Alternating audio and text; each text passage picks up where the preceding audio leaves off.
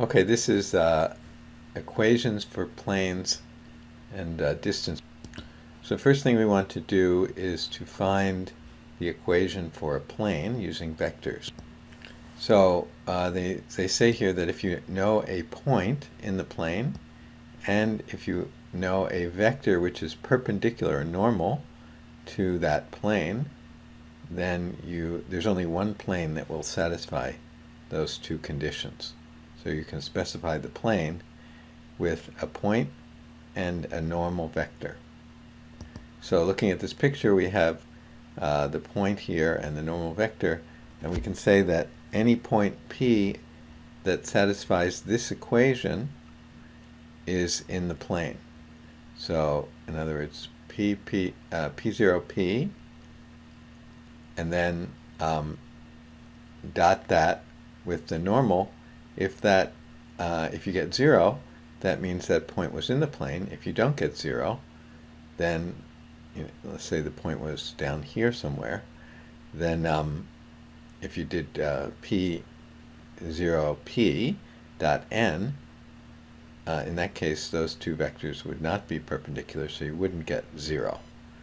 So we can write this equation. Now we can express P0P.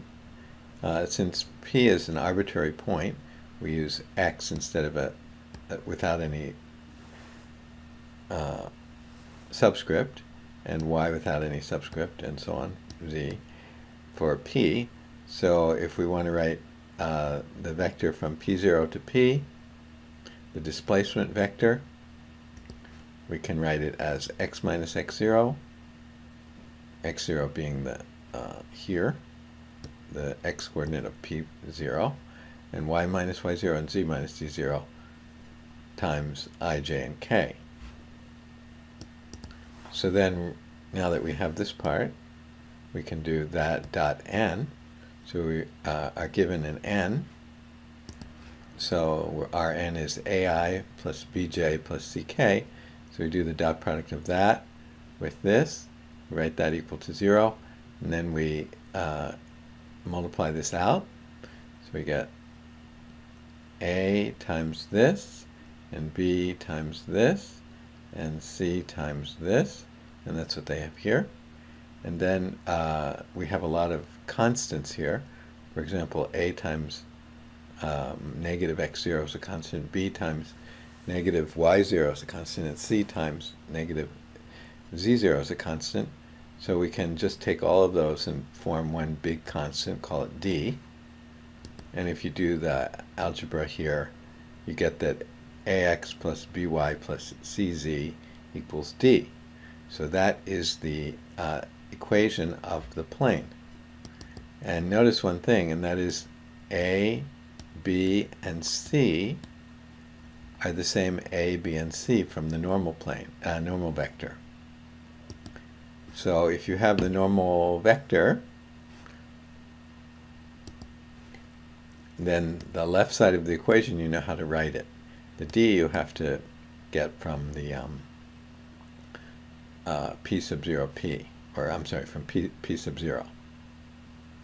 So the d is has the x0 in it from p0, and it has the yz in it, and it has the c0 in it, and actually it's multiplied by a, b, and c. So the normal vector comes out actually in two places here. It comes out here, and it actually comes out in the calculation of d as well. So the plane, suppose we want to do this example, we want to find the plane through the point that with this normal vector. So we do that dot product of the normal vector and the displacement vector, and set that equal to 0, and multiply it out, and we get this. And again, you can see that the 2 shows up, the negative 1 shows up, and the 4 shows up, these here. And in the 8, I guess, that also shows up. And then they say that every plane has this kind of equation, and every equation like this is the equation for a plane. And they also say that you can just read off the components of the normal vector from here, like we just said. Okay, so here, given a plane, they ask you to find the normal vector. So we just said how to do that. So we have 7, 2, and -3 is the normal vector. And then the second thing they ask you for is give 3 points that lie on in the plane. Oh, they also say that if n is normal, then any scalar multiple of n is also normal. So you could just multiply this whole thing by a constant. So then if you want to find points in the plane, we have this equation. You can substitute something in for y and z and solve for x. You get at 1 point. You can substitute something else in for y and z and solve for x. You get another point, and so on. Okay, let's try this one. Put the coordinate axes R3 so that the z-axis points vertically. So that's the typical situation. The z-axis points vertically. Then a plane in R3 is vertical. So, imagine a vertical plane. So not a horizontal plane, but a vertical plane.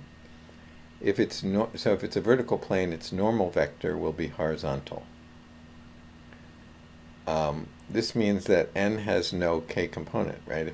If n is horizontal, it has no k component.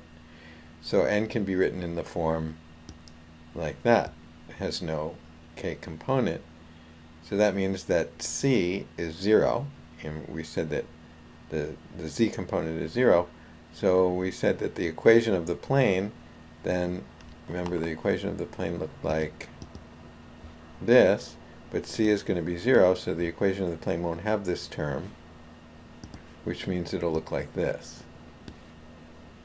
So what we've said is that if it's a vertical plane, it's going to look like this. So if it's not vertical, it won't look like this. So if it's not vertical, it will look like this. And c won't be 0. Okay, so next one. From high school geometry, you may recall that a plane is determined by 3 non-collinear, so they can't be in a line, points. Let's find the equation of the plane that contains these 3 points. So they do it one way. I'll let you read through that. They say there are 2 ways to do it. One way is they call it uninspired, so we won't go through that one. The other way is using vectors. But let's just read the result that they get using it this way, the uninspired way. So you can read that yourself, but this is the answer that they get. So let's see if the other way gives us the same vector. The same equation. So we're assuming that we know P1, P2, and P3, 3 points in a plane. So, but we already know how to find the equation of a plane if we have a point and the normal vector. So what we can do is, well, we have 3 points, so we only need 1, so we can just use one of the 3 if we can construct the normal vector.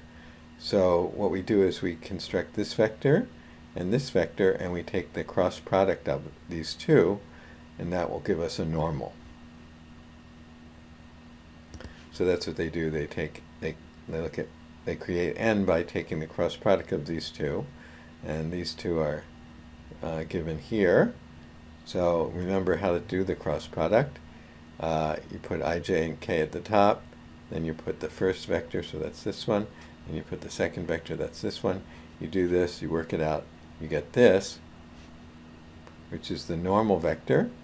Now basically we know what the left-hand side of our equation is going to be for the plane. It's going to be this coefficient, which is 1, this coefficient, which is -4, and this coefficient, which is -3. So that's going to be the left-hand side. But they work it out here. They say use one of the points, so we'll use P0. And then we know that we do the same thing we did before. This is the normal vector. And then we take x minus 1, y minus 2, and z minus 0. We do the dot product equals 0. We get this. And this is the same equation that we got before. The same equation that we got when we did the so-called uninspired way. Okay, another one of these. So these are kind of giving us practice with working with all these concepts, even if we're not so interested in in the particular examples, although they're kind of interesting. Okay, example 5. Consider two planes. So one of them has this equation, and the other one has this one. So they're going to intersect in a line, and we want to figure out the parametric equations for that line. So the answer at the end is going to look like this. These are the, remember, this is what parametric equations look like, so it's going to look like this. Or actually, it's going to be this. So we're going to use the idea that was in proposition 2.1. So we need a point on the line and a vector parallel, not this time not perpendicular, a vector parallel to our line. So once we get that, then we'll be able to do something like this. Remember, this is the vector, I think we called it A before, that was parallel to the line. So we take t times that, and then this is the point on the line. So this will give us the vector equation of the line. And then we can break this down into ij and k components and equate this is r of t, so this is going to be x, y, z, and equate those with the ij and k components, and you get this. But anyway, we have to find these. We have to find we have to find the line, the vector which is parallel to this line. So here's a picture. We have two planes. We want to find this line, and we want to find a vector parallel to this line. Okay, but first they say let's find a point on the line, and that's pretty easy. We have these two equations. We just need to find something which is on both, satisfies both of them. They say if we set z equal to 0 on both of them, we obtain the simpler system like this, and we can solve this and figure out that x equals -2 and y equals -3. So we have -2, -3, 0. That's one point on the line. Now we need to find the vector parallel to the line. So here they notice something clever. So they say, note that such a vector must be perpendicular to the two normal vectors to the planes. So if we have a vector which is parallel to this line is in the top plane, so it's going to have to be, the vector parallel to this is going to have to be perpendicular to the normal to the first plane.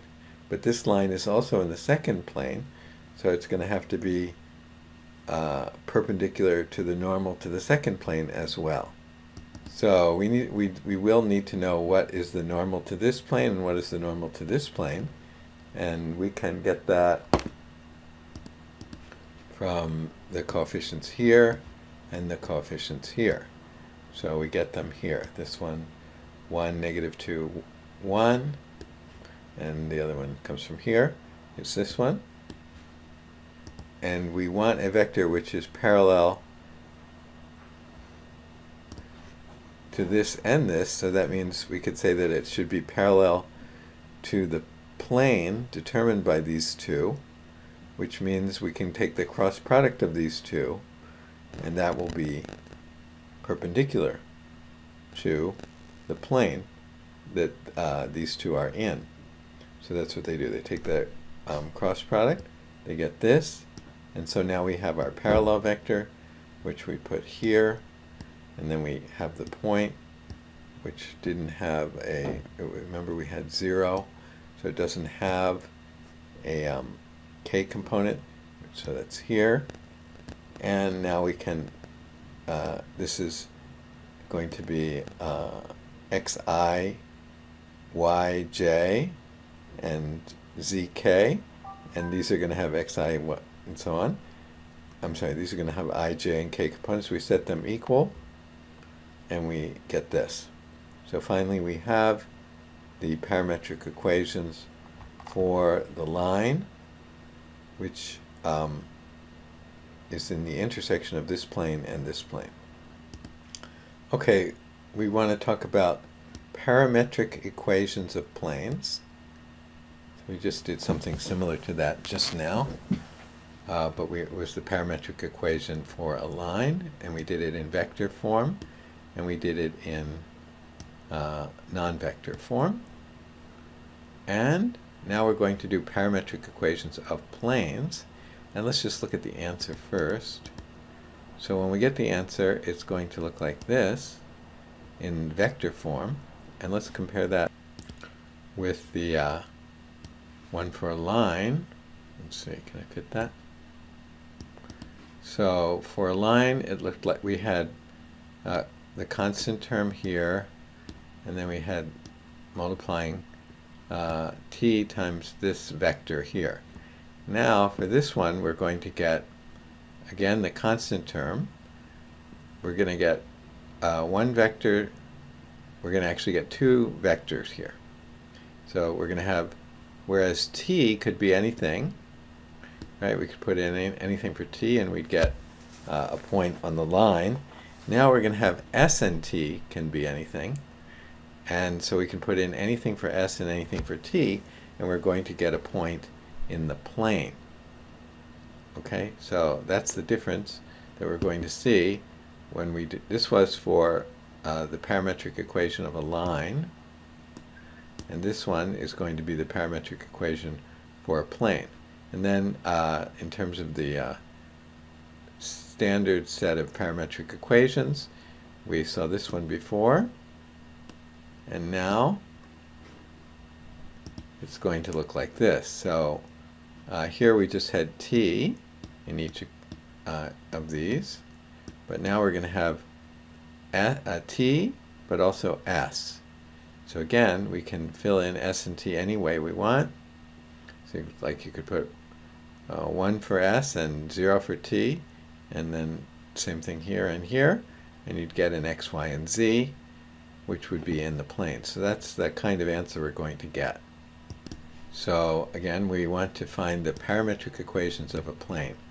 Okay, so we're going to break this up. We're going to do this in two steps. So first we're going to do it for the case where we're talking about a plane that goes through the origin, that passes through the origin. And then we're going to do a more general case where the plane doesn't have to go through the origin. So let's see how we do this. So let's take some a and b, two vectors, not parallel, in R3. They say a and b determine a plane that passes through the origin. So what they mean is that if you have a and b, then these two vectors lie in a plane and that passes through the origin, and the plane contains both a, and b. So now if you want to find the coordinates of an arbitrary point in that plane, you can do this. You can take these two, which are both in this plane, and draw a parallelogram that has one corner at the origin and the other corner at P. So any point P, you can do this. You just have to decide how far in this direction you have to go and how far in this direction you have to go, and then you can reach this point P. So they say to find the coordinates of a point P in this plane, draw a parallelogram whose sides are parallel to A and B, and that has two opposite vertices at the origin and at P. So that's what we said, at the origin and at P. Then there must exist scalars s and t so that the position vector of P is equal to SA plus TP, TB. And the plane is just the set of all such points. So it's just the set of all points, or the set of all x in R3, such that x is a linear combination. We can call this a linear combination of A and B, where S and T, the coefficients, can be any real numbers. So that gives us all the points in this plane. Okay, so now we have described, basically we have a vector equation for the points in a plane determined by the vectors A and B. But this is limited to this plane having to pass through the origin, but we don't want to be stuck with that limitation. We want to be able to talk about the vector equation for any plane in R3. So they say, now suppose that we seek to describe a general plane. They call it capital pi. I guess pi is a capital P in Greek, so it's P for plane. So anyway, whatever you want to call it, we want to describe a general plane, one that does not necessarily pass through the origin. So suppose that C, which has these coordinates, denotes the position vector of a particular point in pi. And let A and B be two non-zero, non-parallel vectors that determine the plane through the origin, which is parallel to pi. So pi doesn't have to go through the origin, but there is some plane that goes through the origin, which is parallel to pi. So let A and B be two vectors that determine the plane through the origin parallel to pi. So we have that plane. By parallel translating A and B, so that so remember A and B are basically like this picture here, here. So what we can do is we can move these out. So this is a plane that is parallel to our plane pi. What we can do is just move these out, or parallel translate these by the amount c, which will push the origin of where A and B meet to the point P0, so that their tails are at the head of C. So the tails of A and B are right here at the tip of C. We adapt the preceding discussion to see that the position vector of any point in this plane, so this point here, can be gotten how? Well, first we can shift up by C, and then we can go some distance in the direction of A and some distance in the direction of B to get to P. So we first shift by C, then some amount in the A direction and some amount in the B direction. And so this is now our vector equation, parametric equation, for a plane.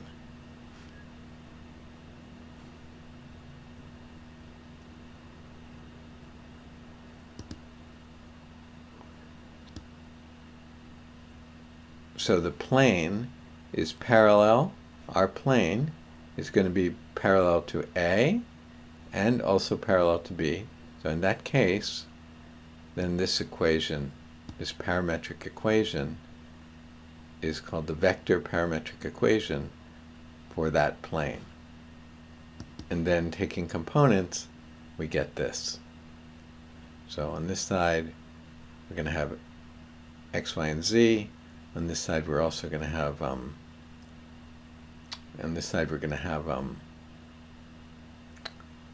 I, j, and k, which we equate to the x, y, and z. The coefficients of I, j, and k are going to appear on this side, and the x, y, and z are the coefficients of I, j, and k on this side. We're going to equate them, and we get this. So they say compare this to the other equation.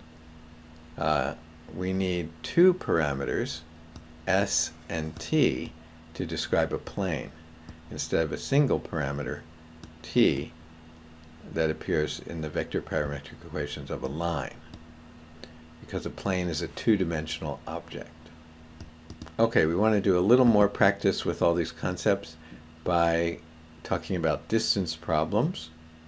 We're going to be using some more of our artillery of concepts that we've discussed so far. So let's take a look at these. So it looks like we're going to be using the concept of projection for this example, and this is the distance between a point and a line. Okay, so we want to find a formula, or we want to find the distance between this point and a line, and we're using again the vector parametric equation to describe the line. Okay, so anyway, that's one example. What's the next example going to be? And they're going to do it in two different ways. Then we're going to talk about the distance between parallel planes. So if you have two parallel planes, what's the distance? If they're not parallel, I guess there's not a single distance. And again, it looks like they're going to be using the projection concept. And then the distance between two skew lines. So skew lines are lines that are neither intersecting nor parallel. Oh, here's these are, I guess we wouldn't call this and this parallel, but they also don't intersect. And again, we're going to use projection. So this is going to be a review of the concept of projection, among other things. I guess there's going to be a cross product here and some other things. Okay, so let's take a look at this first one. So the distance between a point and a line. So here's a line, and we're going to have a line described by this, and we're going to have a point. Here's a point. So there are two methods they're going to do for this. So for this method, the first one we're going to use projection, and the second method we're going to use trigonometry. Okay, so let's see. So they say that we can, from this equation, we can get some information. For example, we know that one point on this line is this point. For example, when t equals 0, this point is on the line. And another thing that we can read off is that this is a vector parallel to the line. So we're going to call this point B. So that's a point on the line. And then we were given a point that we want to calculate the distance up here from here to the line. So we can construct this vector here. And then, if we can figure out the projection of this vector onto here, then we're going to have this. Then we're going to have a vector here that goes out to here. Remember, A doesn't necessarily reach out to here, but the projection will reach just to here.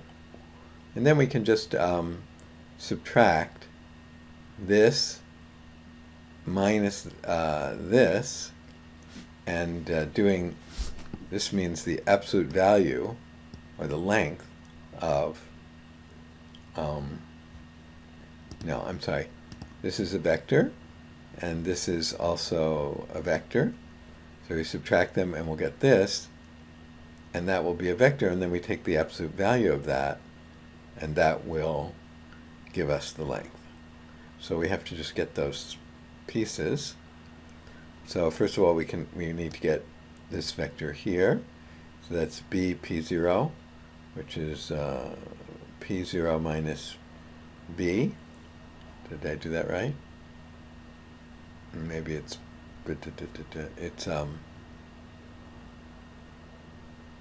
b minus p0, I guess. Okay, and so we get that, which is here, and then we use the formula for the projection. So it's, well, we have to go and look it up, but it's a dot this vector, a dot this vector, divided by a dot a times a. Remember, this part is a scalar. If you do all of this, you get a scalar times a.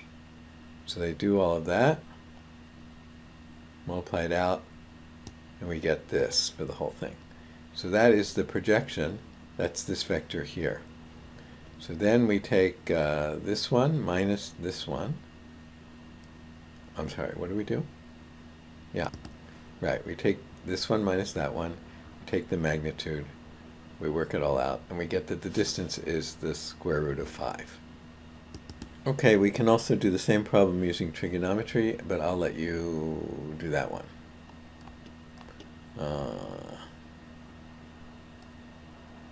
But they do also end up doing this, but still I'll let you do that one. Okay. In fact, I think I'll stop here. You can go through this one to get the distance between parallel planes and the distance between skew lines. Okay, so that is the end of that section. I think that was section 5. Now we're going to do some n-dimensional geometry. Now some of this we've done already, like we said already that we can talk about the angle between two vectors, even if those vectors are not in R3, but just in general, Rn. So that's what they do here. But we do a little bit more than that here. We want to prove this thing called the Cauchy-Schwarz inequality. And then we want to prove something called the triangle inequality. And then we're going to talk about matrices a little bit, and how to multiply them, how to add them here, and do what? Scalar multiplication, matrix multiplication. Now we did a lot more than this in linear algebra, but this is just a simple review. The transpose, we did a lot more than this. Here, we didn't, in our class, we didn't quite finish up to here. We didn't quite cover this concept, but we'll discuss that here. And determinants, which we've been talking about, but this is determinants for larger, more than 3 by 3 matrices.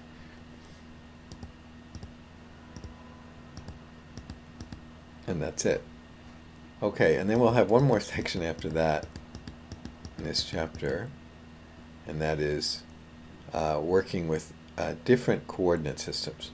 So instead of the Cartesian coordinates x and y, so in the Cartesian coordinates, if you want to know the location of P, you say you go a certain amount in the x direction and a certain amount in the y direction. That's called the Cartesian coordinate system, but we also can use what's called polar coordinate system. So if you want to know how to get to this point, another way to do it is say what angle the vector makes with the x-axis, so just tell the angle and then tell the distance to the point. So those two things will also tell you how to get to this point P. So instead of giving the distance in the x direction, distance in the y direction, you can give this angle and this r, and that's called the polar coordinates of this point P. So we're going to do that, work with that a little bit, and then we are going to use for 3 dimensions, we're going to talk about something called the cylindrical coordinates, which is basically the same thing as the polar coordinates, actually. We're very close. And we're going to talk about something called spherical coordinates. And then we'll be ready to start calculus. Okay, so I'll stop this one here.